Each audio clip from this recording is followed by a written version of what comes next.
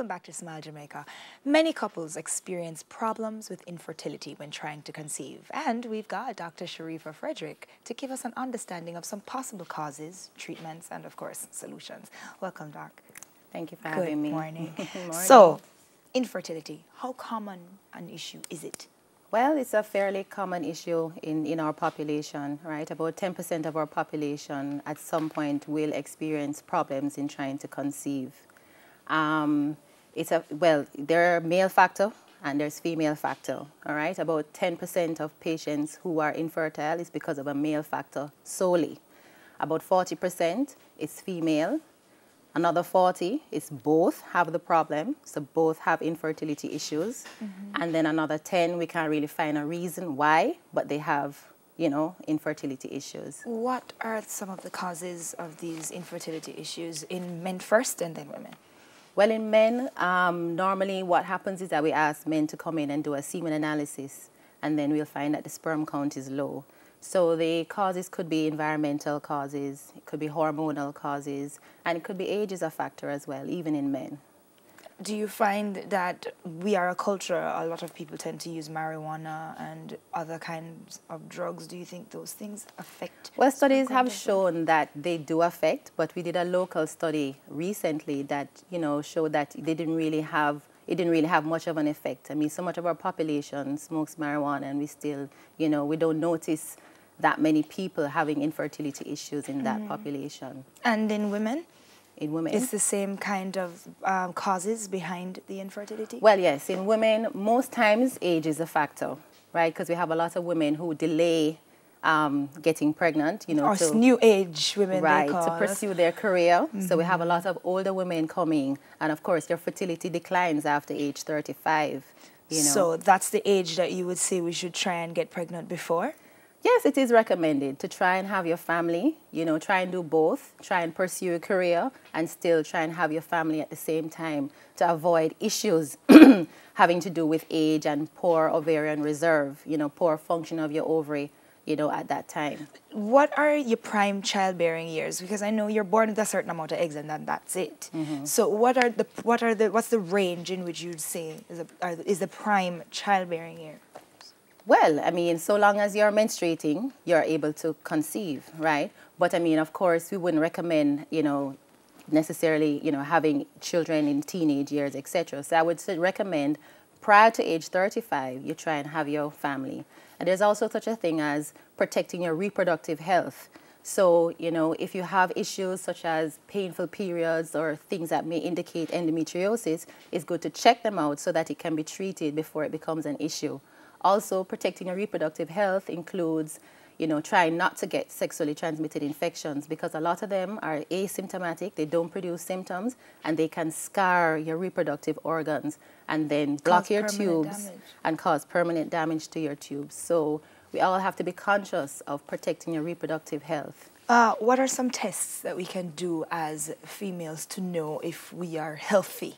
Right. So first of all, you could do what is called an HSG, which is a hysterosalpingogram. That is checking to see if your tubes... Say the name again. Hysterosalpingogram. Aha. That's checking to both see... ovaries and the womb. No, that's checking to see if the tubes are blocked. Oh, okay. Right, because your tubes have to function normally for egg to meet sperm.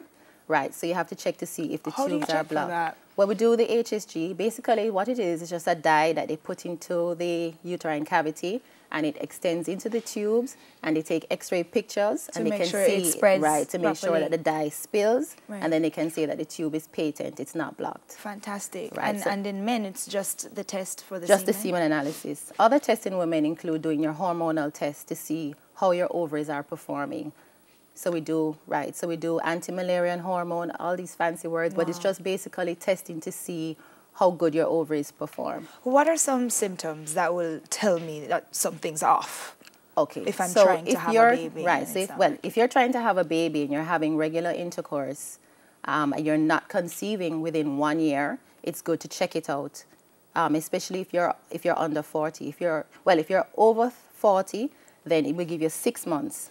If you haven't gotten pregnant, then you need to check it out early because your ovarian function is declining monthly after that age. Wow. Right. So I come into the office and I realize I've walked in with my partner and I realize that we both have issues. What is your directive at that point? Well, we need to, well, I would say to you, counsel you, of course. Find out from you, you know, what is happening, if you're having regular intercourse, if you know when your fertile periods are. And then I would send you for a panel of investigations. You know, when you watch movies and you see a couple and they're trying to have a baby and they're like, oh, I'm ovulating right now. And is it really like that? Is it a situation where if you're trying to have a baby, you have to know all of these cycles? Well, you and should. Stick to You these should be cycles? conscious of your cycle. You should be conscious of when you're ovulating because your body gives you signs that you're ovulating, okay? And it's not just so being that, miserable. so that you can capitalize on this and have intercourse during those fertile periods because every month your fertile time is only about 6 days, right? So you could be having intercourse at the wrong time every month. It really is a miracle when someone gets pregnant because it's only 6 days out of the month that you really can. Actually, yes. Wow, that is fantastic. All right, we've spoken about things that we ingest. We've talked about environmental factors, but what about our job? Can a stressful job impact how easy or hard it is for a couple to conceive? Well, for men, if we call this the truck driving job. If they are a truck driver and they're sitting a lot of heat all the time, because you know, for sperms to be formed, they don't like to be in a hot area. So if your scrotum is always, you know, in a hot environment, tight pants, all these things can contribute. Laptops on the actual even that, yes, that constant that. heat in that area is a problem and should be avoided for men. Men, are you listening?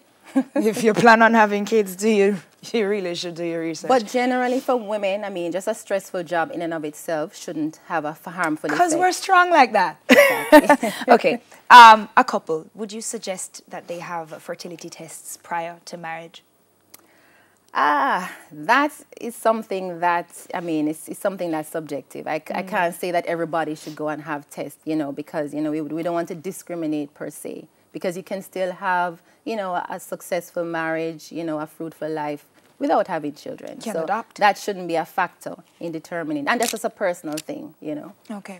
All right. I have friends who've had difficulty with all sorts of things, PCOS, everything from top to bottom. And I feel like it's becoming more and more recurring, more common. Is that a situation that it's more common now than it used to be?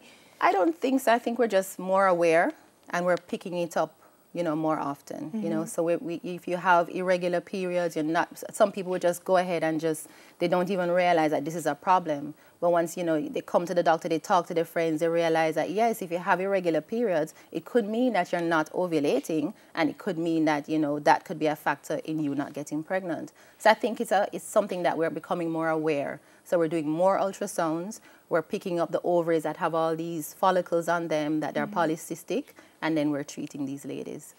Fantastic. That's good information. Last question before we go, because this has been very informative for me as well, I'm sure, for our audience. But what are the options? If we come in and we have an issue, is in vitro an option? What can we do if it's really a difficult infertility issue? Okay, so first of all, we need to look for the cause, because sometimes a cause can be treated without doing these fancy fertility procedures. Which is very expensive. Right. So we can, if we find out the cause, we see something that can be surgically treated, then we can go ahead and offer surgery. Sometimes just medication can work. If they have polycystic ovarian syndrome, we can put them on metformin and then they can start to ovulate. Okay. Sometimes these things, they may need to go further. They may need to get fertility drugs, fertility enhancing agents, ovulation inducing drugs, or they may need to have an intrauterine insemination where we increase the concentration of the sperm and put it directly inside of the uterus. Okay. And the last resort, of course, is the IVF, in vitro fertilization. Is there anything that you would do specifically for the men in terms of to increase their sperm count? Sometimes we do. Sometimes we do put them on medications to increase their sperm count. Fantastic. Yeah. I feel like I just got a class. I definitely wouldn't want to be responsible for having any more babies, but definitely stop it, guys. I hear them talking to me, but no more babies for me. But for all of those wonderful people out there who are trying to have babies, please get all of the information that you need and go out, get checked, get tested, and I'm sure Doc will be able to help you. Thank you, Dr. Frederick, for stopping by. We're going to take a break, and guess what? I smell food. Chef Anthony Dacus is up next.